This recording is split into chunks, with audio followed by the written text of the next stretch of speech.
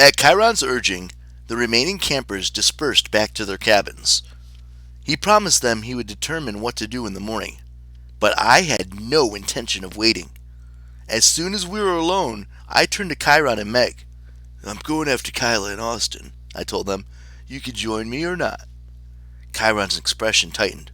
"My friend, you're exhausted and unprepared. Go back to your cabin. It will serve no purpose." "No!" I waved him off, as I once might have done when I was a god.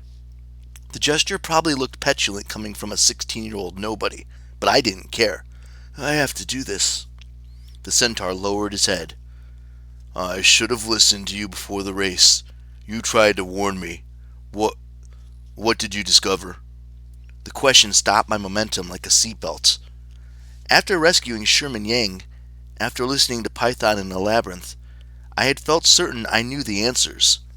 I had remembered the name Dodona and stories about talking trees.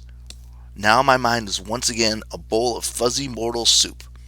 I couldn't recall what I had been so excited about, or what I intended to do about it. Perhaps exhaustion and stress had taken their toll. Maybe Zeus was manipulating my brain, allowing me tantalizing glimpses of the truth, then snatching them away, turning my aha moments into huh moments. I howled in frustration. "I don't remember." Meg and Chiron exchanged nervous glances. "You're not going," Meg told me firmly. "What? You can't." "That's an order," she said. "No going into the woods until I say so." The command sent a shudder from the base of my skull to my heels. I dug my fingernails into my palms. "Meg McAfee, if my children die because you wouldn't let me—" "Like Chiron said, you'll just get yourself killed. We'll wait for daylight."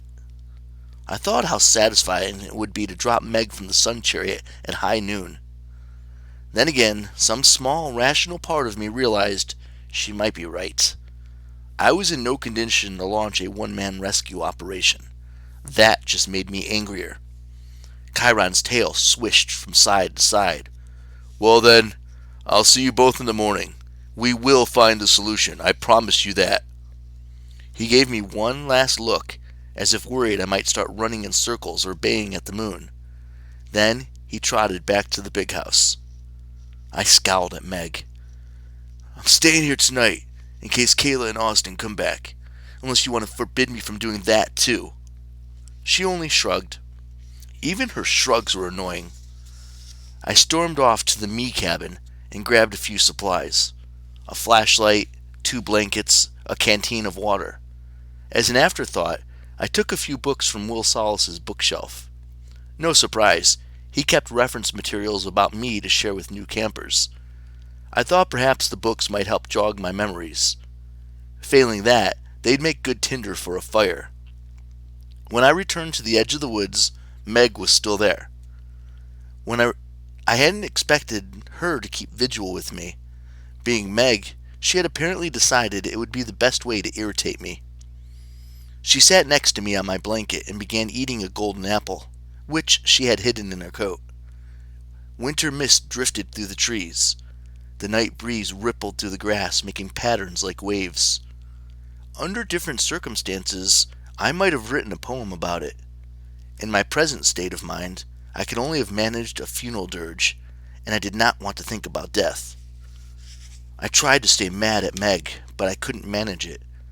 I suppose she had my best interests at heart, or at least she wasn't ready to see her new godly servant get himself killed. She didn't try to console me. She asked me no questions. She amused herself by picking up small rocks and tossing them into the woods. That I didn't mind. I happily would have given her a catapult if I had one. As the night wore on, I read about myself in Will's books. Normally this would have been a happy task. I am, after all, a fascinating subject. This time, however, I gained no satisfaction from my glorious exploits. They all seemed like exaggerations, lies, and, well, myths. Unfortunately, I found a chapter about oracles. Those few pages stirred my memory, confirming my worst suspicions.